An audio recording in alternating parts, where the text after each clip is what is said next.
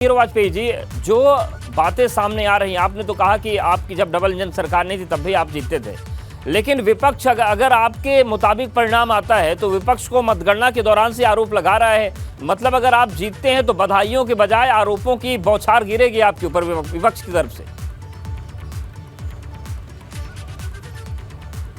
देखिए, मुझे लगता है कि विपक्ष चुनाव दर चुनाव आदरणीय मोदी जी और आदरणीय योगी जी पर आरोप लगाता रहा। यहाँ भी हर बार चुनाव में कहते हैं। मुझे लगता है कि अगर इस तरह ये जब कहते हैं तो ये लोकतंत्र और जनता का भी उपहास उड़ाते हैं जब ये इस तरह की बातें करते हैं। देखिए, चुनाव में हार जीत होती रहती है। भारतीय जनता पार्टी भी कहीं जीत रही है, कहीं हार रही है, कहीं जन समर्थन मिल रहा है, कहीं जन आशीर्वाद मिल रहा है और कहीं आशीर्वाद नहीं भी मिल रहा। यही लोकतंत्र की खूबसूरती है। पर मुझे लगता है कि जो पार्टियां उत्तर प्रदेश में हैं वो हाशिए पे चली गई हैं, जनता के बीच में जाती नहीं।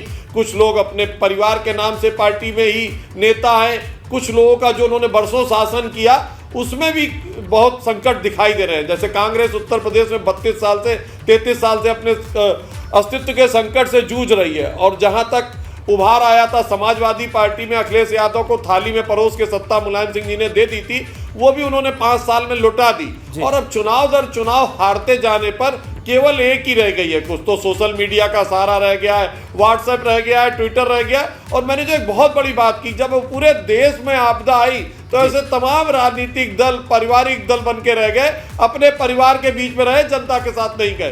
तो मुझे लगता है जनता बहुत समझदार है, जनता जनार्दन है और लोकतंत्र में जनता जो निर्णय करे उसी को मानना चाहिए, उसका उपहास नहीं उड़ाना चाहिए। जो मैंडेट का उपहास करेगा उसको जनता लगातार दंड देगी।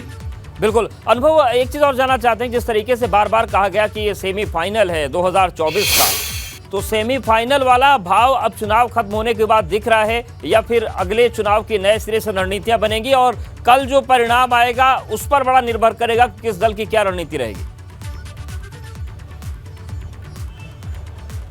देखिए, बिल्कुल आप ये सोचिए कि शहरी निकाय के चुनाव में 4 करोड़ से ज़्यादा जब वोटर हैं तो कहीं ना कहीं एक तरीके से तो सेमीफाइनल है ही।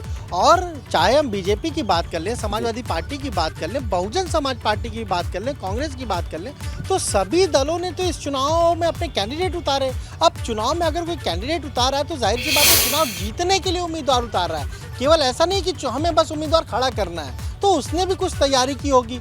और ये चुनाव लोकसभा चुनाव से पहले हर एक दल के लिए उसकी खुद की क्या तैयारी है, क्या उसकी हम कहें जनता के बीच में उसकी पकड़ है, उसकी लोकप्रियता है, उसकी पसंद है, इन सारी चीज़ों का जांचने के लिए सबसे अच्छा मौका है। इसीलिए आप देखिए, बीजेपी तो चलिए ठीक है 24/7 वाली पार्टी है, चुनाव में बैठकों में हर वक्त वो लगी रहती है, लेकिन समाजवादी पार्टी ने भी तो अपनी रणनीति बनाई, अपनी कमेटियां बनाई, उन्होंने उम्मीदवार तय किए।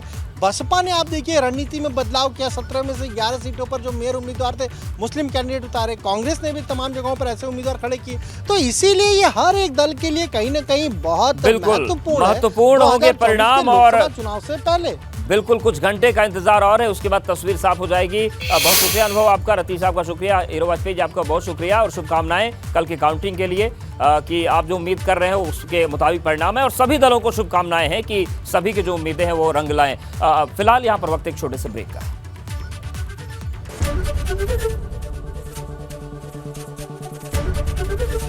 एबीपी गंगा, खबर आपकी, जुबान आपकी।